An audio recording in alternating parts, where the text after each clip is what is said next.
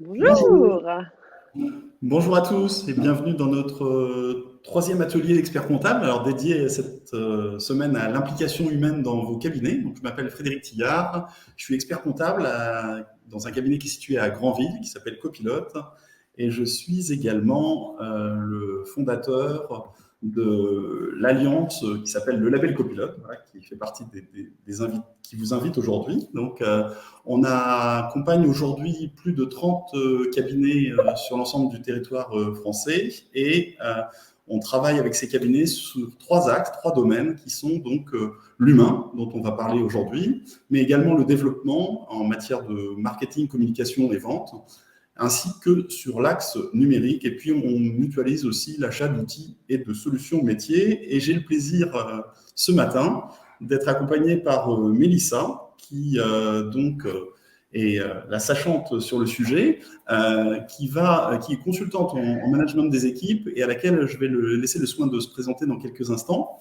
Juste un petit mot pour vous dire qu'en ce qui me concerne, mon apport et mon objectif sur cet atelier, ça va être de vous communiquer des exemples concrets d'implication humaine réussie dans les cabinets membres ou des actions menées au sein du label.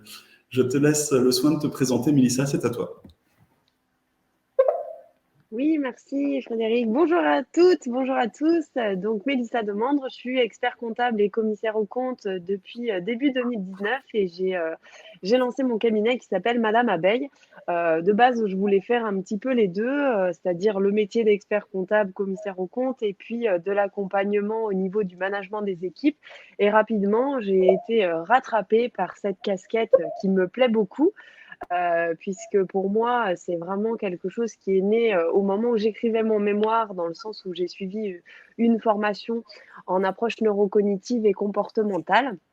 Et c'est ce qui va me permettre de vous donner aujourd'hui pas mal d'astuces sur ce qui se passe au niveau de notre cerveau. Euh, Mes objectifs pour l'atelier, ça va être vraiment de vous accompagner sur la stratégie de développement du cabinet parce que pour moi, c'est indissociable de la partie management. Comme le disait Frédéric, il y a trois axes au label. Et bien pour moi, la partie marketing et la partie humain sont intimement liées. Donc, une fois qu'on a bien défini en fait sa stratégie, on va impliquer l'ensemble de son équipe et c'est bien de les impliquer, le mieux étant que les choses se réalisent et qu'on avance dans les 10 projets. Parce qu'on est tous plein de bonnes intentions et régulièrement, on voit que l'implication, c'est pas ce qu'il y a de plus facile. Et ensuite, la réalisation, ça demande encore un peu plus de, de temps et puis d'investissement. Euh, Aujourd'hui, je me définis vraiment comme une animatrice d'équipe, c'est-à-dire que les confrères et consoeurs que vous êtes n'ont pas forcément les moyens temporels et humains de se consacrer à cette partie-là. Et moi, c'est vraiment ce qui me plaît et me caractérise. Donc, j'interviens sous trois biais principaux, qui sont les séminaires d'impulsion, les webinaires en fait de suivi et tout ce qui touche à la formation. Voilà Ok, pour moi. super, merci beaucoup Mélissa. Alors, quelques mots sur l'organisation matérielle, donc en ce qui concerne l'outil Livestorm sur lequel vous êtes aujourd'hui. Donc, vous avez un onglet sur le côté droit qui s'appelle Chat, dans lequel vous allez pouvoir interagir puisque vos micros et vos caméras sont coupés, compte tenu du nombre de personnes présentes, mais vous pouvez nous poser et nous faire des petits coucous sur le chat. Et puis, on aura l'occasion à plusieurs reprises aussi durant cet atelier de vous demander votre avis grâce à l'onglet sondage que vous avez également sur la droite de votre écran, voilà, comme c'est indiqué sur le support. Alors, les objectifs de cet atelier, ça va être de prendre en main les 6 leviers pour booster l'implication de vos collaborateurs. On verra dans quelques instants qu'on va en travailler principalement 4 ce matin et qu'on en travaillera 2 dans le prochain atelier. On va visualiser aussi des exemples concrets. Donc ça, c'est un petit peu l'apport que je vous ai promis tout à l'heure, puisque sur des situations concrètes au sein du label Copilote, on va pouvoir, dans les cabinets membres, vous faire des illustrations avec des petites vidéos, des petites interviews qu'on a prévues pour vous. Et puis, on va aussi créer une synergie pour impliquer votre équipe, puisque l'objectif, c'est que ça soit bénéfique pour vous. Et vous repartirez notamment avec des bonus. Donc, restez bien jusqu'à la fin, parce que notamment, on a un délivrable pour vous donc ce matin. Alors, au niveau du déroulé, donc comme je vous le disais, on a 4 leviers qu'on va étudier aujourd'hui. Donc, le premier, ça va être le développement professionnel. Ensuite, on travaillera sur le management et la motivation, l'environnement stimulant. On verra ensuite la marque employeur et ça sera tout pour ce matin puisqu'on gardera les 2 leviers 5 et 6, donc le salaire et la reconnaissance et la fierté, pour notre atelier du 16 novembre. Et je crois, Mélissa, que tu auras prévu quelques petits exercices aussi en fin d'atelier, si tu peux expliquer un peu comment ça va se dérouler Oui. rapidement. Oui, bien sûr. Alors, pourquoi on a voulu le faire en 2 webinaires? Parce que, exactement comme je venais de vous le dire, l'idée, c'est de capitaliser. C'est-à-dire que c'est bien de faire une formation, de se former, mais l'intérêt, c'est aussi de pouvoir directement le mettre en application. Donc moi, ce que je voudrais d'ici au webinaire du 16 novembre, ça serait que vous puissiez vous familiariser avec les 4 premières étapes et je vous aurais préparé 2 exercices à mettre en œuvre. En vrai, il y en a 4, mais je vous suggérerais d'en faire 2 sur les 4 étapes, histoire d'être smart, d'avoir des objectifs qui soient atteignables, mais surtout de passer à l'action, donc de la mentalisation, parce que souvent quand on est dans un contexte comme ça de webinaire, on mentalise beaucoup et le passage à l'action est parfois un peu plus difficile. Donc c'est l'idée et le principe et c'est comme ça qu'on a construit nos webinaires. Ok, super. Alors, on démarre sans plus attendre sur l'étape 1, le développement professionnel. Alors, la première chose que je voulais vous restituer, c'était les notes, puisque vous avez suivi et répondu à un autodiagnostic humain. Donc, ceux d'entre vous qui sont prêtés à ce petit jeu peuvent évaluer un petit peu, se benchmarker par rapport à l'ensemble des répondants. Donc là, ce sont des notes sur 10 que vous avez sous les yeux et ce sont les questions qu'on vous a posées dans le cadre du diagnostic RH. Et donc, vous pouvez comparer facilement vos notes par rapport à la moyenne des répondants. Voilà, donc je te laisse commenter si tu veux cette slide-là et passer directement aux apports sur le développement, Mélissa. Donc en fait, quand on parle de développement professionnel, on a surtout imaginé le cabinet et puis après en cascade, comment les collaborateurs peuvent anticiper leur développement professionnel. Et donc notamment sur cet axe RH, est-ce que c'est un axe stratégique? Et vous êtes assez nombreux finalement, enfin 6,4 sur 10 qu'on trouvait plutôt bien, à répondre qu'elle est définie comme un axe stratégique. Donc, ça me permet, moi, de vous proposer un petit peu les objectifs par rapport à ça. Charlotte, est-ce que tu peux me passer la slide suivante, s'il te plaît? Parce que je ne vais pas vous commenter les 3. Merci beaucoup, Charlotte. Elle est notre correspondante. C'est elle qui anime le chat pour qu'on puisse répondre à vos questions éventuelles et au sondage. Alors, l'idée, donc, l'objectif stratégique du cabinet, c'est quelque chose que souvent en tant qu'associé, on peut avoir un petit peu en tête. Et la vraie question, ça va être à quel moment je communique autour de ces objectifs par rapport à mes équipes. Est-ce que je les intègre dedans? Comment je leur parle des enjeux? Et vraiment d'arriver sur cet onglet l'implication. À quel moment je les implique et puis à quel moment je les fais contribuer. C'est-à-dire que ce soit au niveau de leur montée en compétences ou de leur prise de responsabilité, je vais articuler un petit peu ces 3 objectifs autour de ma stratégie de cabinet. S'agissant du développement d'un cabinet, en fait, il faut que les collaborateurs soient en confiance. Et la confiance, c'est quelque chose qu'on a grâce à une hormone qui s'appelle l'ocytocine. L'ocytocine, c'est une des hormones du bonheur. Pourquoi? Parce qu'elle a ce côté rassurant, en fait. Et la confiance, enfin l'ocytocine notamment, c'est l'hormone qui est sécrétée, qui permet de réduire le stress des nouveau-nés au moment où ils arrivent au monde dans un contexte qui est relativement anxiogène. Donc, c'est une hormone qu'on va pouvoir permettre de sécréter chez nos collaborateurs par le biais d'un séminaire. C'est-à-dire que c'est à ce moment-là que tout le monde va se sentir en confiance et va se dire, OK, à un moment, je suis partie intégrante du développement du cabinet, des axes stratégiques, et au sein du développement du cabinet, on envisage mon propre développement. Ce qui fait que je suis dans un environnement de confiance dans lequel j'ai envie de m'investir. Et c'est vraiment ça, le fait d'initialiser un projet et de partir d'un point séminaire collaborateur, c'est pour faciliter cette impulsion. Et après, on va le faire en cascade, que ce soit dans le suivi. En fait, notre enjeu, ça va être de maintenir ce côté confiance et cette hormone pour que l'ensemble des parties se sentent considérées et puissent continuer à contribuer. Et vous allez me dire, il y a la partie ensuite réalisation et effectivement, dans la réalisation, on a besoin d'être toujours en confiance. On a aussi besoin que les choses, elles avancent et qu'on ait ce côté récompense, mais je parlerai un peu plus tard de la dopamine. Ok, merci Mélissa. Alors, une petite illustration, donc, justement, en ce qui concerne l'apport qu'on peut faire sur le label Copilote, puisque la semaine dernière, pas plus tard que la semaine dernière, hein, nous étions en animation du rassemblement collaborateur, et c'était le 4e rassemblement collaborateur du label Copilote sur la thématique de la gestion de projet. Et donc, on avait bien sûr accordé notre confiance à Mélissa, hein, qui est spécialisée dans les séminaires, ainsi qui était accompagnée donc, pour l'animation de Cyril de Grillard, qui est expert comptable et qui est également un homme de théâtre, et d'Émilie Moulin, de Copilote RH. Donc, à ce niveau-là, je souhaitais, pour vous donner une idée des résultats en termes dans l'avis des collaborateurs, dans la perception des collaborateurs, je vais demander donc à Charlotte de nous diffuser un petit film, puisqu'on a demandé à quelques participants leurs impressions afin que vous puissiez juger des apports concrets d'un moment comme un séminaire.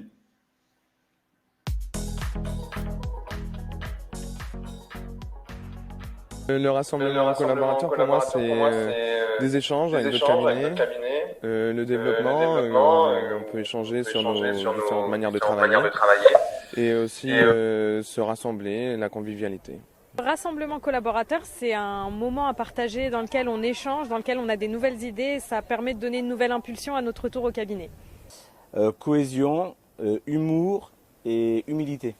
Pour moi, le rassemblement collaborateur, c'est le partage avec l'ensemble des cabinets et puis de la réflexion aussi pour avancer dans le cadre des projets que chaque cabinet peut avoir. Alors pour moi, le rassemblement collaborateur, ça permet de faire des connaissances, ça permet de mutualiser les moyens via les différents cabinets du label et ça permet d'échanger avec les différents membres du label. Alors le rassemblement collaborateur, c'est une pause dans notre quotidien qui nous permet une prise de hauteur. Alors ça m'a permis de prendre plus confiance en moi face aux autres, de m'exprimer plus facilement en public. Un pur moment d'échange. C'est clairement un moment où on se dépasse. Moi je dirais qu'on se creuse les méninges quand même. Carrément.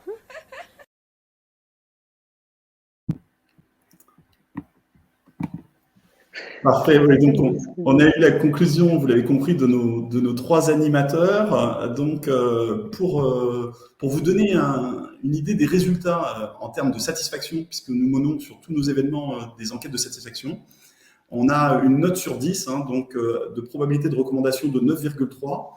Les thématiques abordées sont notées à hauteur de 9 et les animateurs ont été notés à hauteur de 9,5. Bravo Mélissa, et avec tes collègues. Et puis on s'est permis Je les avais pas, les chiffres. on s'est permis de faire un petit calcul de ce qu'on appelle le Net Promoter Score. Alors je ne sais pas si vous connaissez cet indice de satisfaction. En fait, il s'agit de demander aux personnes qui ont participé, est-ce que vous recommanderiez le rassemblement collaborateur du label Copilote à vos proches ou à vos collègues? Et là, on a obtenu une note assez extraordinaire, un score NPS de 80. Et à titre d'exemple, je vous ai indiqué le score d'Apple, qui est de 72, de Netflix 68, Amazon 62. Et je n'ai trouvé que Tesla qui battent le taux de recommandation du rassemblement collaborateur. Donc, on peut conclure, je pense que les séminaires, c'est un grand moment qui apporte beaucoup pour le cabinet. Alors, on a un petit sondage. La casquette marketing. Hein. On a un petit sondage un petit peu pour vous demander votre avis à ce stade. Donc, si Charlotte, tu peux lancer le sondage. Que pensez-vous? Pensez-vous qu'un séminaire sur la stratégie de cabinet pourrait vous aider à renforcer l'implication de votre équipe? Alors, est-ce que oui, c'est primordial, nous le faisons déjà? Je pense que c'est important, mais je ne sais pas comment faire. Ou non, je ne pense pas. Voilà. Donc, vous allez répondre rapidement au sondage et on va pouvoir partager vos réponses. Je vois que le sondage n'est pas lancé. Je vais le lancer, moi. Si on peut avoir peut-être les résultats du sondage.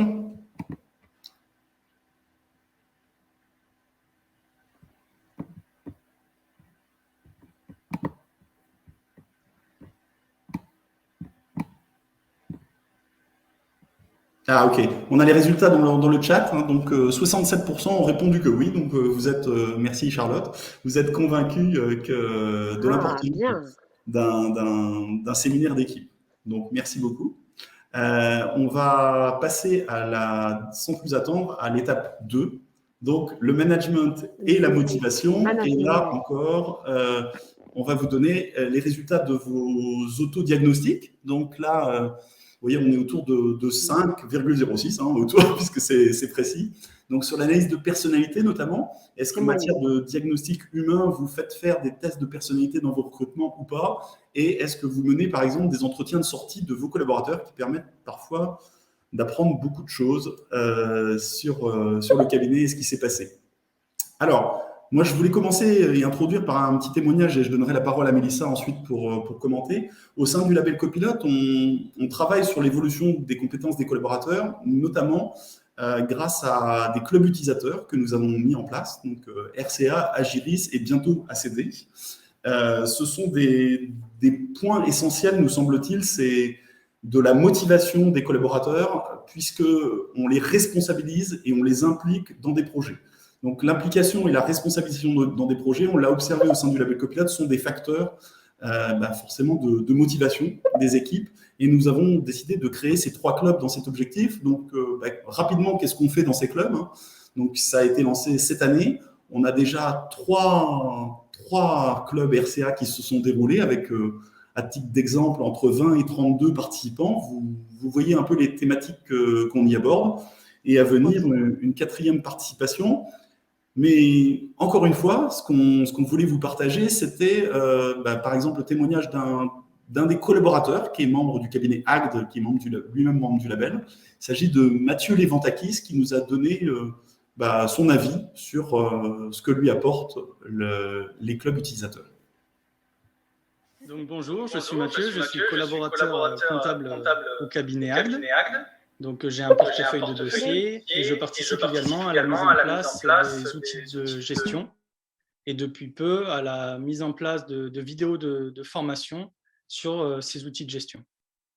Donc AGD, rapidement, c'est un cabinet comptable sur 4 sites avec 47 équipiers et répartis sur 4 pôles, donc le pôle comptable, social, juridique et le pôle accueil et communication. On se voit ce matin pour parler des clubs utilisateurs et notamment le club utilisateur RCA auquel tu as pu participer récemment. Est-ce que tu peux nous en parler un peu plus et nous dire éventuellement en quoi ce club contribue-t-il à l'évolution de tes compétences? Déjà, ça fait plusieurs années que chez AGD, on a mis en place les outils RCA. Donc pour nous, c'est un apport pour déjà développer nos compétences sur les fonctionnalités des différents logiciels et aussi pour tous les logiciels qui viennent de sortir. Ça nous évite de perdre du temps sur la recherche des fonctionnalités, comprendre comment ça fonctionne. Souvent, on crée des dossiers tests pour pouvoir le proposer avant aux clients. Donc là, c'est vrai que ça nous permet d'avoir une première vision des fonctionnalités et d'être aussi à plusieurs devant l'écran. Donc ça évite qu'une seule personne fasse tout le travail et aille le partager aux autres collaborateurs. Donc ça permet vraiment d'être ensemble et de travailler sur le collaboratif. Tous les collaborateurs qui pourraient penser que le logiciel n'est pas abordable peuvent venir à la réunion et voir s'ils peuvent l'utiliser eux aussi dans leur portefeuille. Ok, super. Et du coup, chez AGD, tu es le seul qui participe à ce club utilisateur ou vous êtes plusieurs? Alors, on est plusieurs. Pour le dernier, là, c'était le club il y avait Projet BAT, il y avait Compta Facile, je crois, ou Compta Simplifié. Oui. Et là, on était plusieurs quand même. On était 5 ou 6 à y participer. Et alors, en termes de motivation dans ton travail, qu'est-ce que ça t'apporte ou qu'est-ce que ça peut t'apporter de participer à ce genre de club? Alors, personnellement, ça peut m'apporter justement sur le partage aux collaborateurs des outils présentés. Parce que depuis peu, on a essayé de mettre en place les vidéos, alors on peut appeler ça tuto ou formation. On l'a fait par exemple pour le module TNS ou pour mon expert en gestion. Donc ça peut vraiment m'apporter une motivation à mettre de plus en plus en place les vidéos explicatives. Et en plus, justement, à être motivé à découvrir les nouveaux outils parce que des fois, dans certaines périodes de travail, je n'ai pas forcément le temps d'aller rechercher comment le logiciel fonctionne. Donc là, ça me permet d'avoir une première approche et d'être plus motivé après pour le présenter, par exemple, aux autres ou le vendre aussi aux clients. Merci beaucoup, Mathieu. Avec C'est plaisir. parfait. Parfait. Donc, merci à Mathieu pour son témoignage.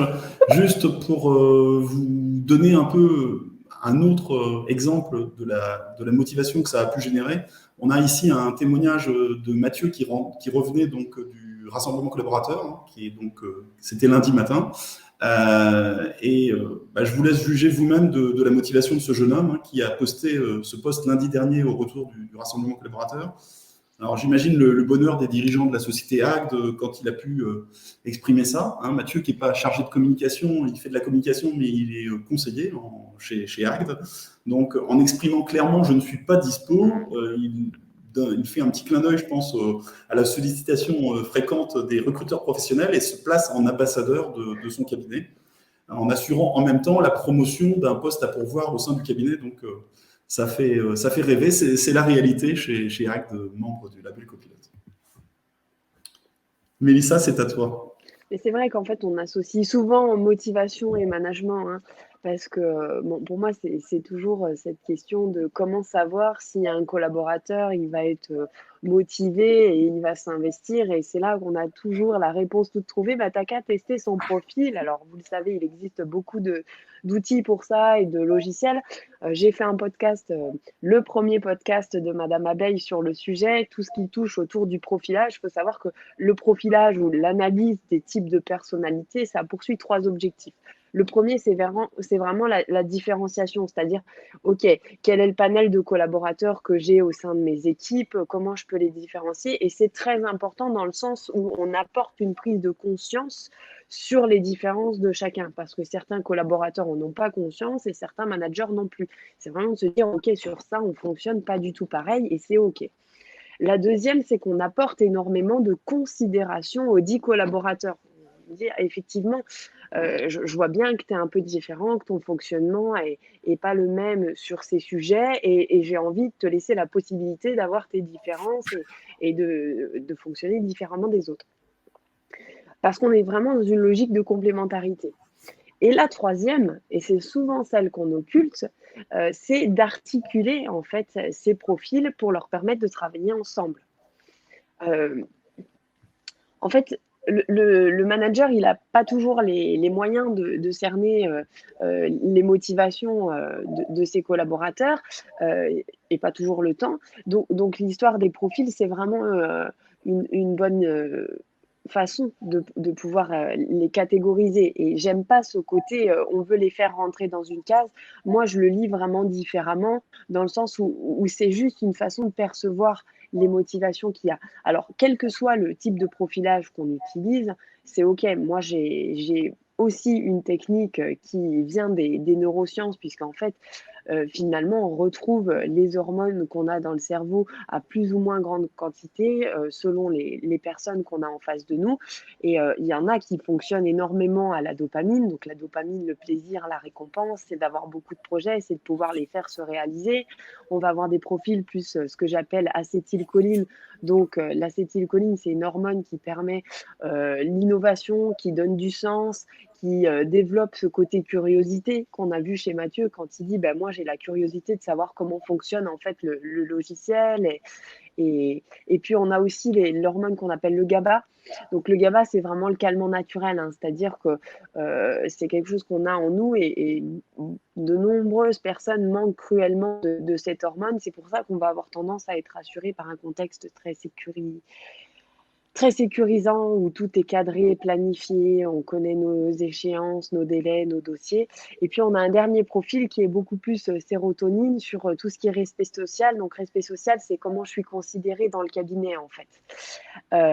Comment je suis considérée et puis mon côté challenge, quoi. Donc, Mathieu, il disait, bah, moi, j'aime bien que ce soit moi qui puisse présenter aux autres le nouveau logiciel dont j'ai pris connaissance. Et alors, dans tous les cas, si vous voulez, je vous dis ça pas dans le sens où ma méthode est mieux qu'une autre, elle est juste différente et au final, toutes se recoupent. Mais c'est parce que, en fait, la première étape, c'est de profiler. Ensuite, c'est de lire les profils, c'est-à-dire qu'est-ce que je peux savoir, quelle est la différence dans ton profil et qu'est-ce que je peux te donner en plus comme tâche, comme projet, qui puisse te permettre de te sentir considéré et de te réaliser. Et trop souvent, on limite ce profilage à juste des cas d'école et des grilles dans lesquelles chacun rentre. Ah bah toi, t'es comme ça, moi, je suis comme ça. Et l'idée pour stimuler vraiment ce côté motivation et donc le management qui va avec, c'est de s'assurer qu'on a bien cerné les envies des personnes, en fait, avant de passer à l'action. C'est-à-dire, je vous l'ai mis, d'abord on profile, ensuite on lit et ensuite on écrit. C'est-à-dire quelle est l'histoire qu'on va écrire et comment on va passer à l'action. Et c'est ça, en fait, tout l'intérêt. C'est-à-dire que là, on a pu cerner, en fait, le profil de Mathieu, on le fait à passer à l'action en disant, ben voilà, est-ce que tu as envie de prendre en main le club utilisateur? Oui, en fait, oui, j'y vais. Et en fait, c'est ça qui fait qu'il est pris en considération, ça le motive, et en fait, sa motivation se diffuse sur le reste, et ce qui fait qu'il fait des posts pleins de gratitude pour le cabinet dans lequel il s'investit. Ok, parfait. Donc, on va passer à la partie sondage, donc comme tout à l'heure. Oui. Donc, la question qu'on voulait vous poser, c'est est-ce que la mise en place de parcours en fonction du type de profil de collaborateur est pertinente selon vous? Si vous le faites déjà, si vous pensez que c'est important, mais que vous ne savez pas comment faire parce que vous n'avez pas l'outil, vous ne savez pas par quel bout le prendre, ou non, pour vous, ça n'a pas d'intérêt.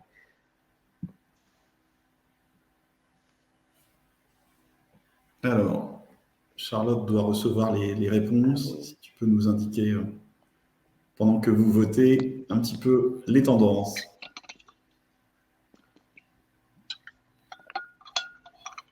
Rendez-vous dans l'onglet. Ça passe vite le chat pour nous. Hein. Vous pouvez donc répondre dans l'onglet sondage, hein, comme je vous l'ai indiqué en début de session.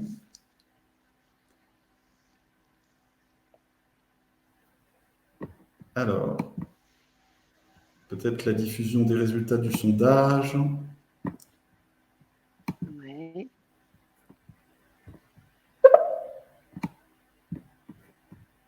On ne les a pas à l'écran, Charlotte, les résultats du sondage, donc si tu peux nous les passer dans le chat.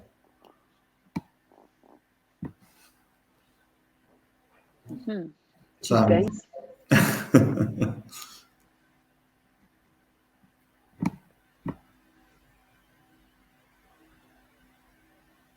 Merci pour vos votes. Ouais.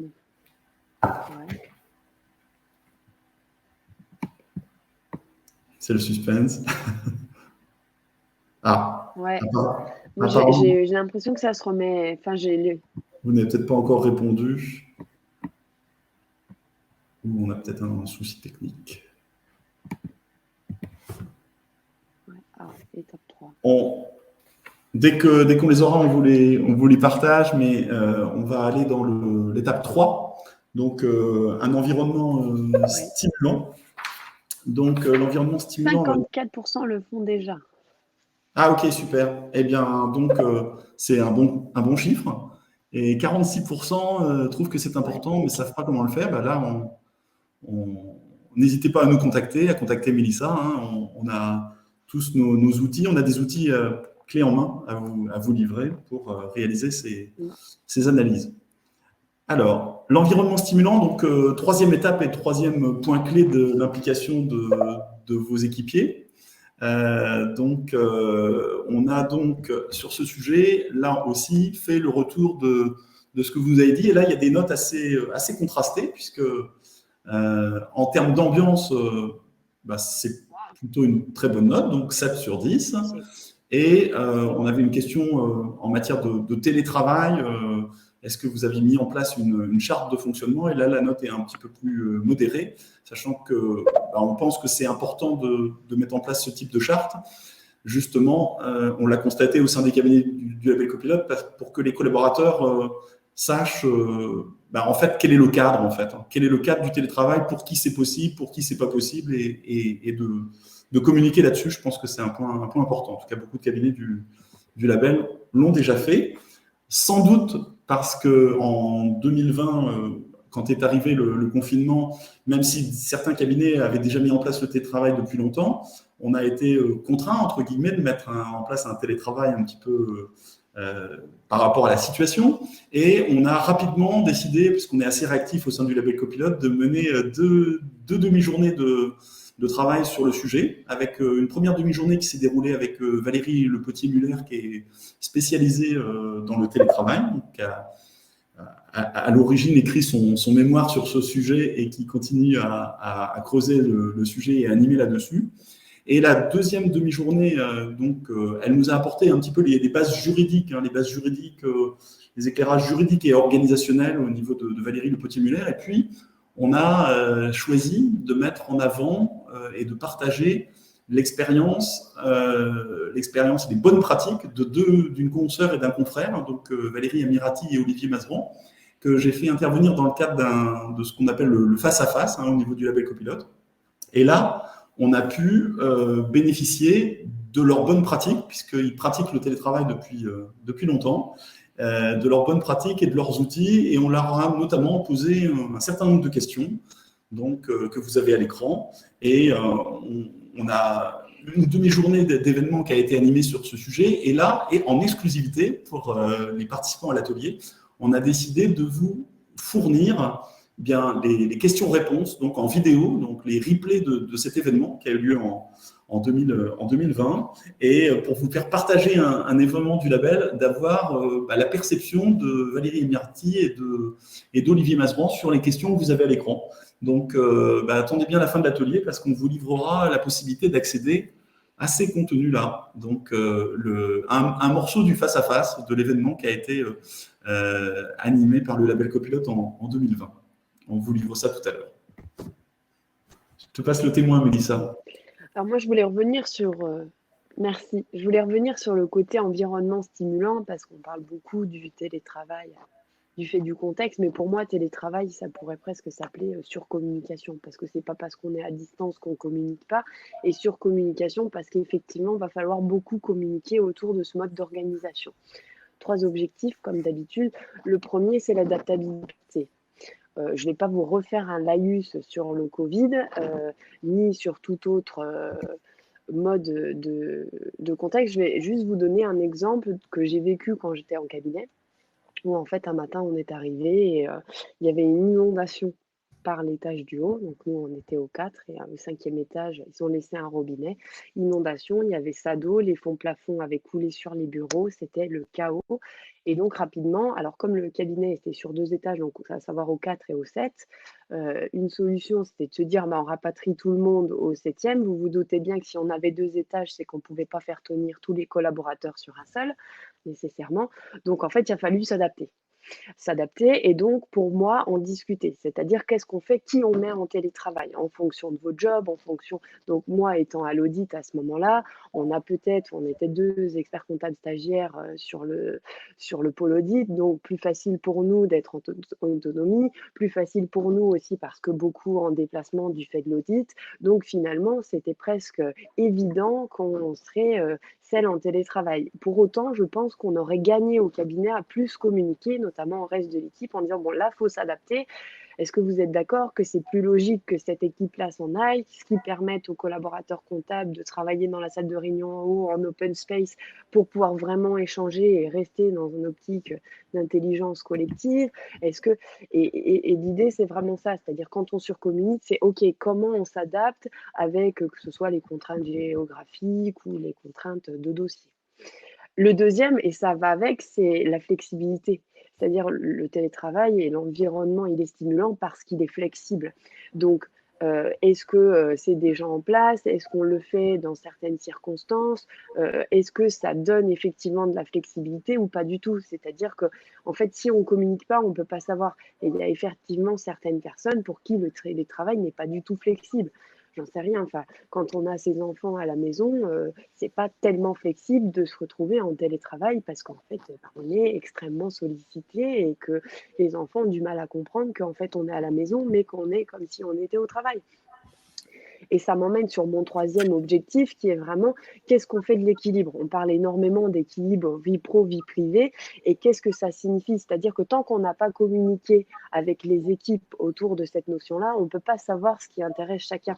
Vous pouvez avoir très bien une personne qui vous dise, moi, pour moi, le télétravail répond à mon besoin d'équilibre entre ma vie professionnelle et ma vie privée parce qu'en fait, j'ai énormément de temps de trajet et donc tout ce que j'économise, ça me permet d'être plus investie, de pouvoir passer plus de temps à la maison et c'est beaucoup mieux pour moi.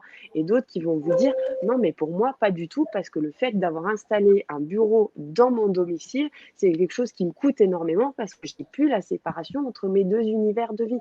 Donc, tant qu'il n'y a pas de surcommunication, c'est extrêmement difficile.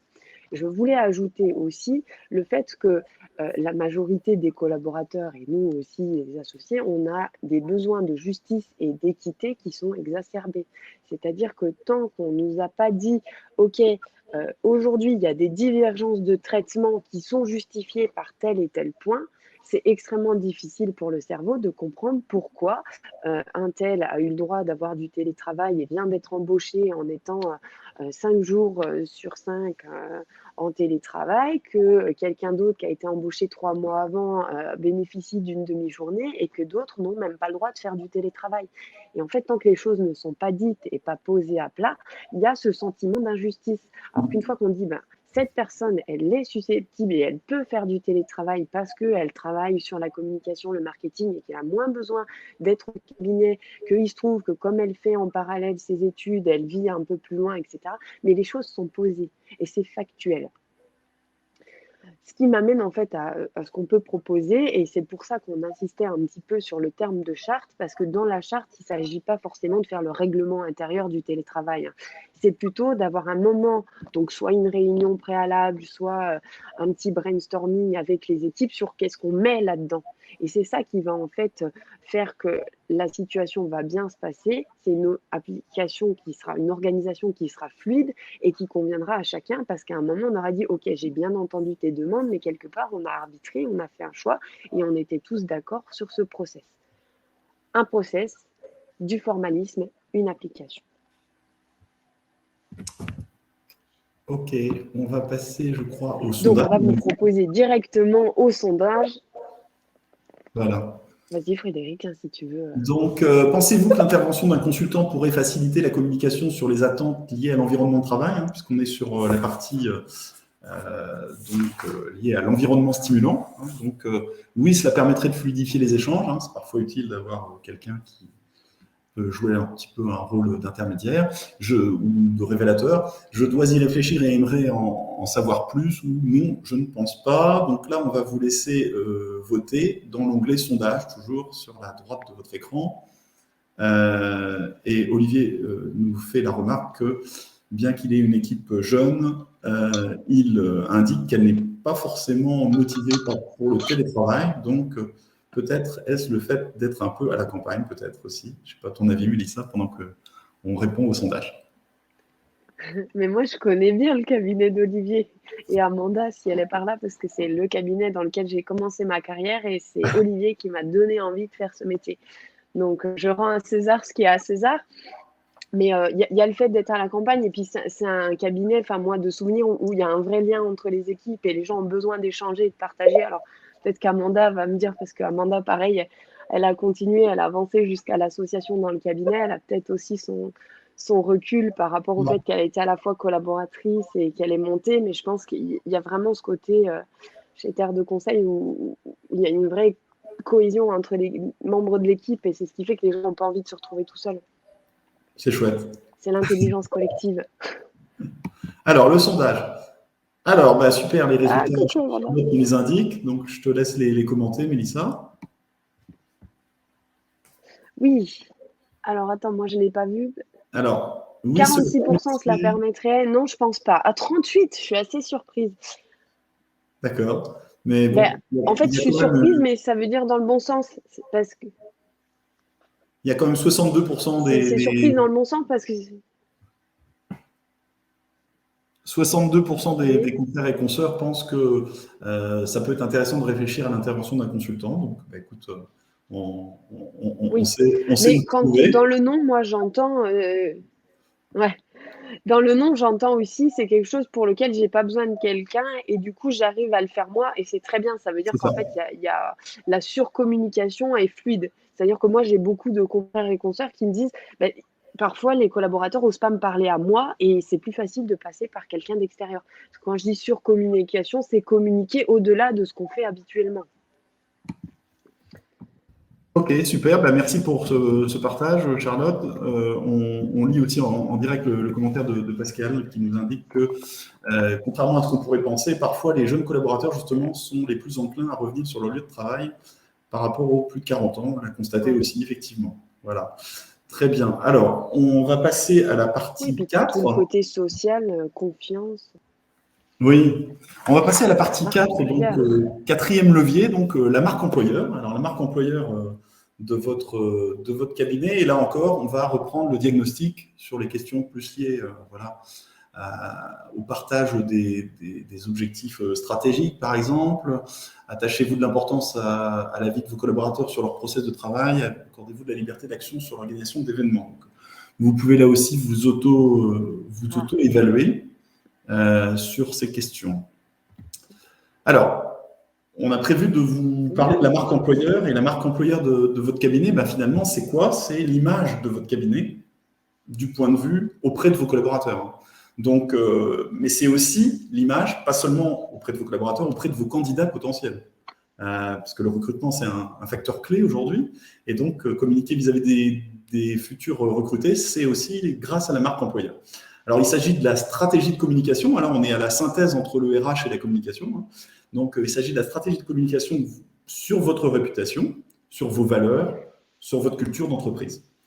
Alors, c'est un sujet prioritaire pour renforcer l'attractivité de votre cabinet et le rendre, avoir plus de potentialité de candidats. C'est un sujet qu'on a pris en main au sein des membres du label Copilote depuis 2018, sur proposition d'ailleurs à l'occasion d'un rassemblement collaborateur d'un collaborateur, d'une collaboratrice plus exactement, et on a créé un partenariat avec le label Happy at Work, et on a engagé les cabinets du label. Ils sont au nombre de 5 cabinets labellisés aujourd'hui, avec un objectif de 12 pour l'année 2022-2023.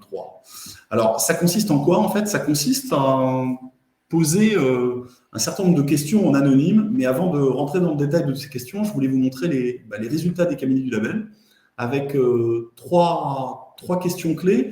Le taux de participation de vos collaborateurs à l'étude. Vous voyez que là, on est forcément toujours dans des taux assez forts, puisqu'on est au sein des cabinets du label, dans des cabinets de taille moyenne, donc pas des très grandes structures où il y a parfois des baisses de taux de participation sur des enquêtes de ce type-là. Donc là, il n'y a pas de difficulté, il faut obtenir plus de 60% pour obtenir le label, plus de 50% pardon, de taux de participation. Donc aucune difficulté sur cet item-là. Et après, on leur demande leur satisfaction par rapport à leur global, par rapport à leur poste de travail. Et là, on a atteint la moyenne de 4,35 sur 5, sachant que la norme à dépasser pour obtenir le label est de 3,81 sur 5. Et puis, on demande aussi aux collaborateurs, est-ce que, c'est la fameuse question NPS que je vous citais tout à l'heure, est-ce que vous recommanderiez votre employeur auprès de vos collègues et amis, auprès de vos amis ou des personnes de votre réseau qui ne travaillent pas encore aujourd'hui au cabinet? Et là, on doit obtenir un taux de 60% et on est avec une moyenne de 70% au sein des cabinets du label.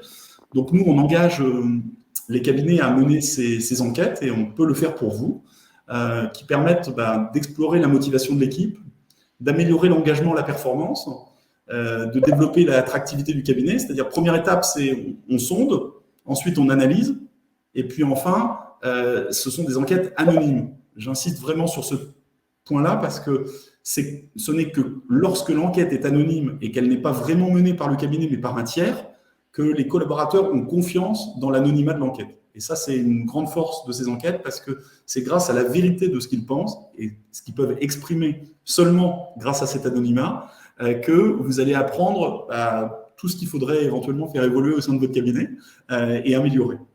Donc, ça permet dans un deuxième temps, quand on a mené cette démarche et cette amélioration, de pouvoir obtenir les résultats, de pouvoir mettre en avant la marque employeur. Alors, pour rentrer un petit peu dans le détail des questions qu'on pose aux collaborateurs dans le cadre de cette étude, vous avez sous les yeux le modèle qui a été construit avec l'Université de Paris-Assas, avec 18 questions fermées et 4 questions ouvertes. Donc, qui permettent, vous voyez, il y a 6 items, hein, développement professionnel, environnement stimulant, management, salaire, reconnaissance, fierté et plaisir fun.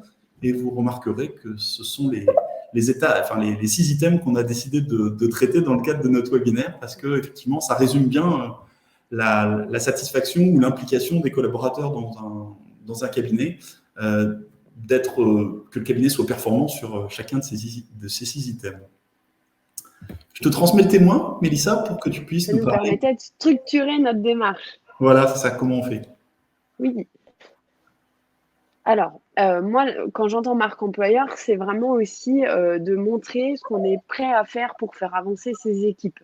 Donc, on parle souvent de la montée en compétences, mais il y a tout un tas d'avancements. Et d'ailleurs, on veut toujours tous avancer. C'est pour ça que j'ai appelé ça l'accompagnement à l'avancement. Mais on veut tellement avancer que souvent on s'éparpille et qu'on se persuade qu'on avance quand même.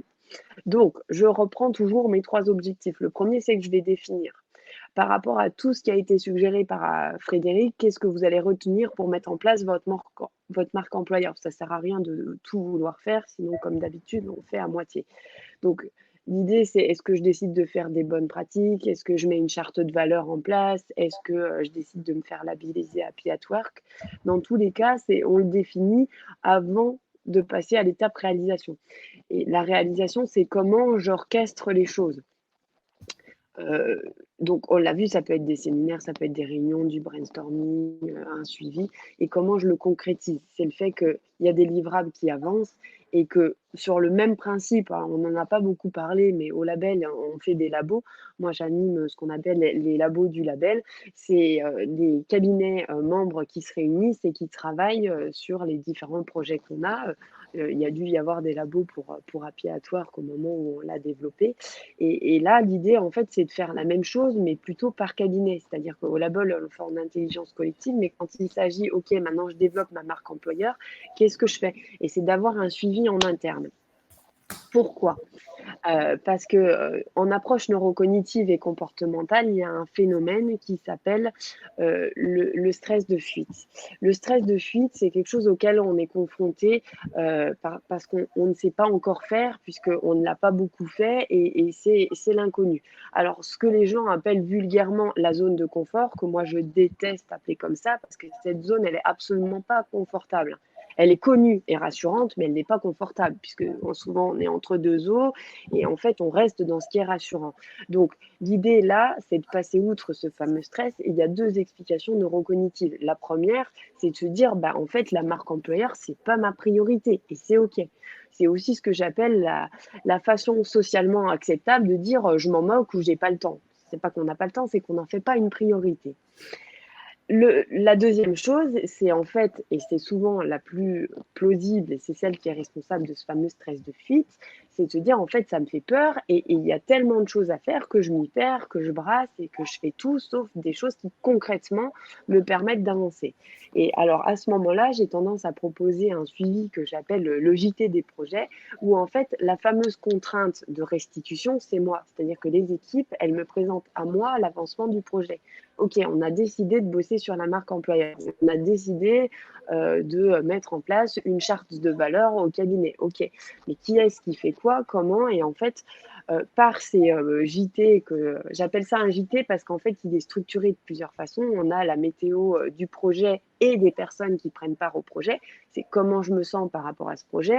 Et d'une réunion à l'autre, j'ai le droit de me sentir plus ou moins bien. Et c'est OK. Et c'est un moment redonner de la considération. Je vous en ai beaucoup parlé à ceux qui s'investissent dedans.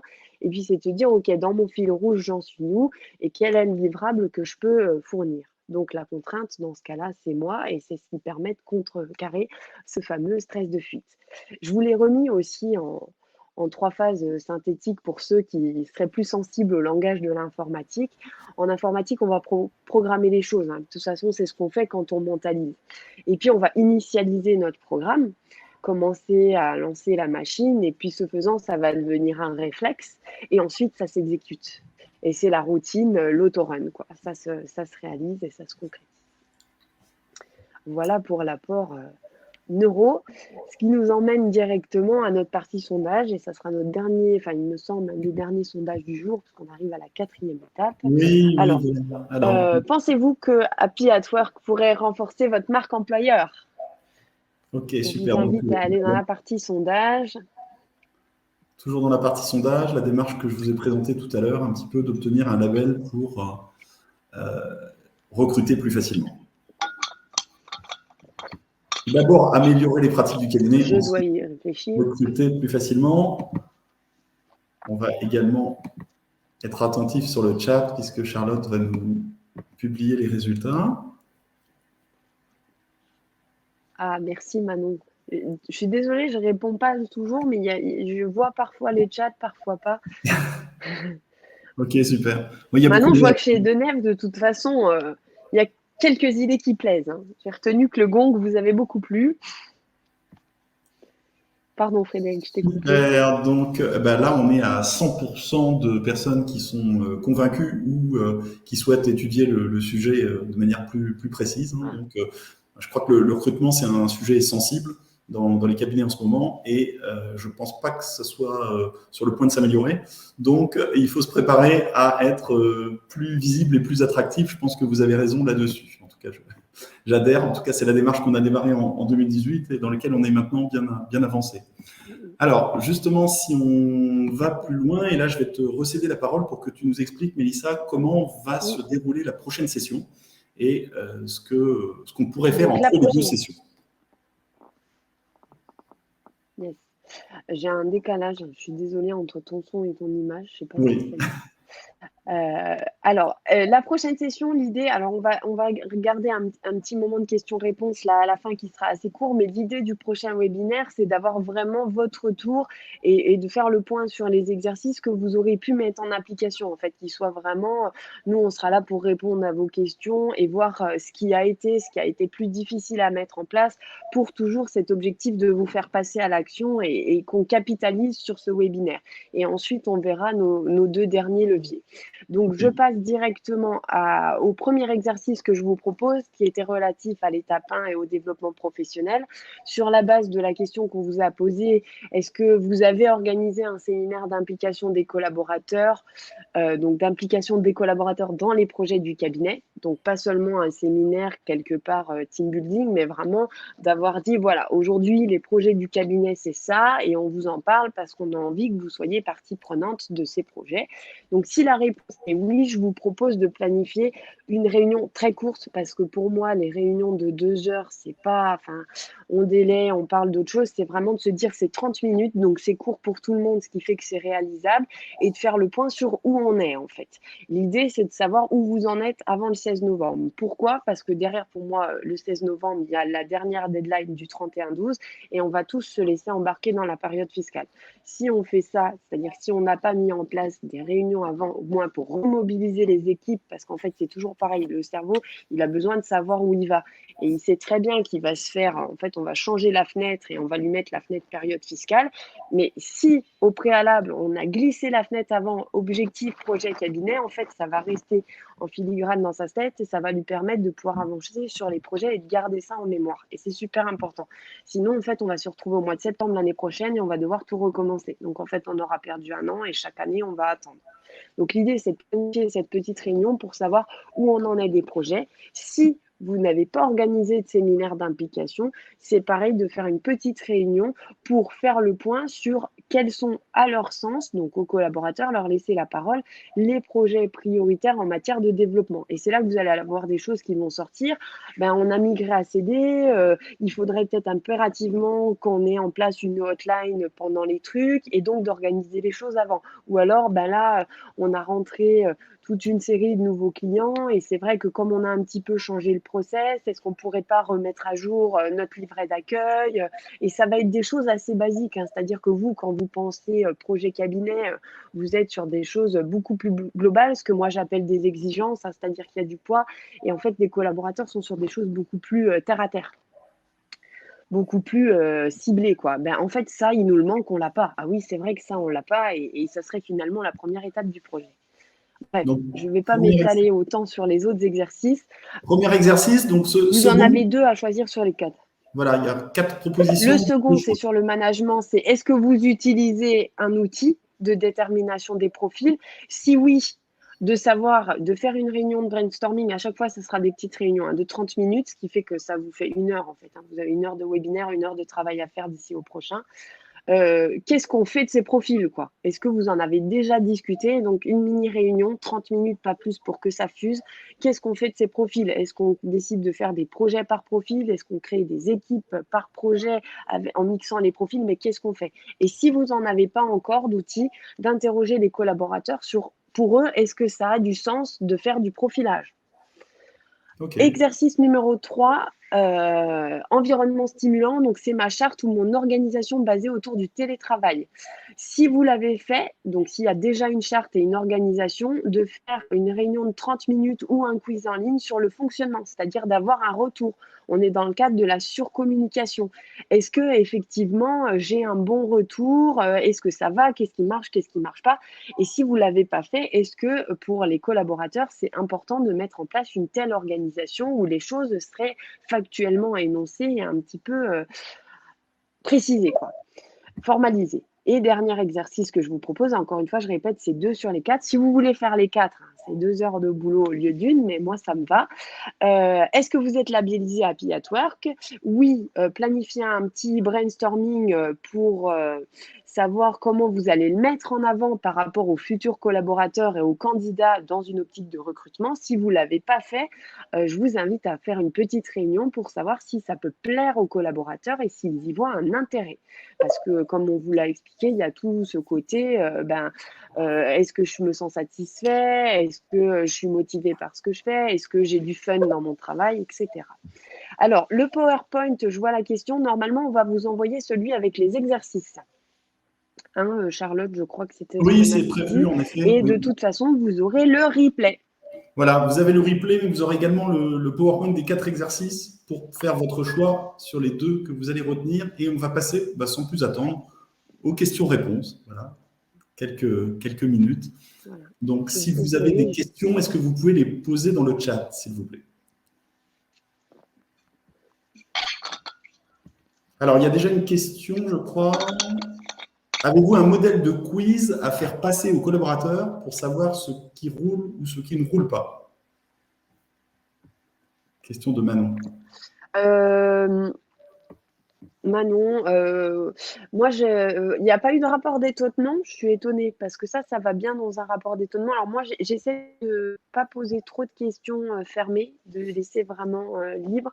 Mais après, il faut guider un petit peu. Donc, par thématique, moi, je mettrais qu'est-ce qui pour vous serait amélioré sur toute la partie outils, sur toute la partie intégration d'un collaborateur, sur tout, tu vois, de garder des questions un peu générales parce que si tu fermes trop les questions, en fait, tu vas mettre un biais et tu vas louper potentiellement le fait que les gens vont te dire, mais en fait, il n'y a pas de livret d'accueil client et moi, ça me semble carrément inconcevable que les clients, il n'y ait pas un process commun, que chaque collaborateur traite un peu son client comme il veuille. Moi, je viens d'arriver, je suis complètement perdue et puis donc moi, je laisserais assez ouvert, quoi, en mettant des thématiques. Qu'est-ce qui, pour vous, serait à améliorer sur l'organisation du télétravail, sur les réunions de portefeuille. Enfin,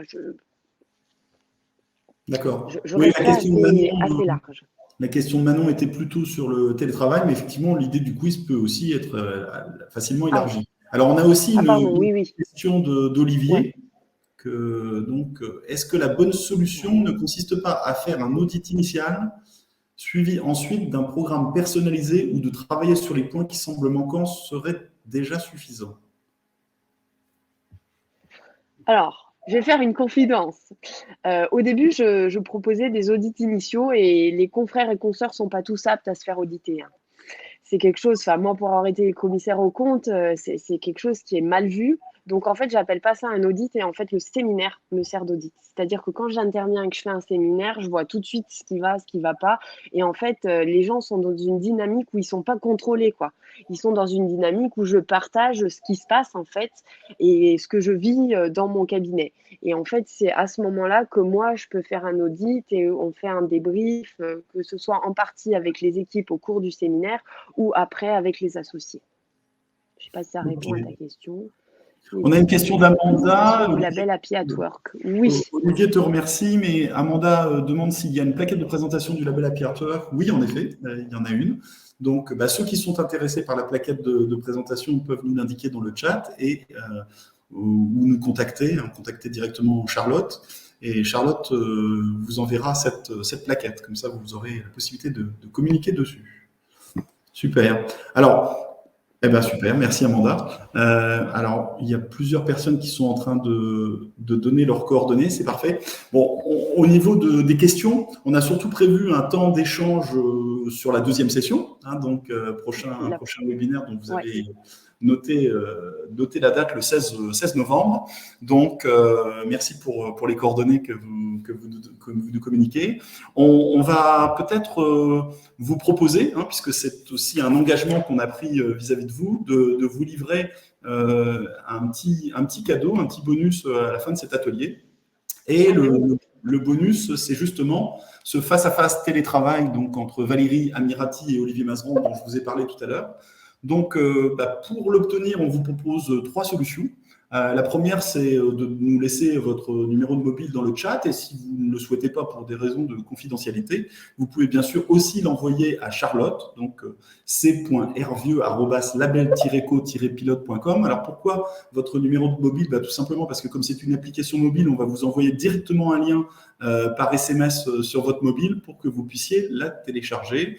Et puis la troisième possibilité, c'est vous avez déjà applicable, puisqu'on en assure la promotion depuis sur nos 2 ateliers précédents déjà. Donc, si vous avez déjà applicable, vous vous rendez directement dans l'onglet Médias et vous allez retrouver, on va ajouter là, dès cet après-midi, les vidéos sur le télétravail. Donc, l'avantage d'acquérir, de rentrer dans l'applicable, puisque c'est une application gratuite, c'est de pouvoir avoir accès à toutes nos nouveautés. Alors, vous allez pouvoir aussi profiter des livrables qu'on a diffusés gratuitement à l'occasion des ateliers EEC précédents, c'est-à-dire le livret d'accueil, par exemple, ou la fiche mission service à la personne. Donc, le troisième livrable étant le face-à-face télétravail en vidéo. Et vous allez aussi profiter des vidéos et des podcasts de Mélissa. Donc, surtout, rejoignez Applicable et grâce à l'un de ces 3 moyens, on arrive au terme de notre atelier. On va vous remercier. On a tenu le timing, Mélissa, il est 12h03. Vous remercier grandement pour votre participation. Ouais. Vous donner rendez-vous le 16 novembre à 11h. Le mot de la fin? Avec vos exercices. Super. Merci. Moi, j'insiste. Et à bientôt, le 16 novembre. Merci à vous. J'ai eu beaucoup de gratitude. C'est cool pour tout ce que vous nous écrivez aussi sur le chat, en nous remerciant. Ouais. Merci Pascal. Pour le webinaire. Merci Olivier. Merci beaucoup. À bientôt. Rendez-vous le 16 novembre. Merci Sandrine. Merci Léa. Merci Manon. C'est cool. Merci Marilène. On se revoit bientôt. À très vite. Merci Isabelle. Merci Sarah. Merci beaucoup. On vous dit au revoir. Je vais clôturer cette session et vous recevez automatiquement le replay ainsi que les exercices que Mélissa vous a préparés. Et puis, on se donne rendez-vous le 16 novembre. À très vite. Au revoir.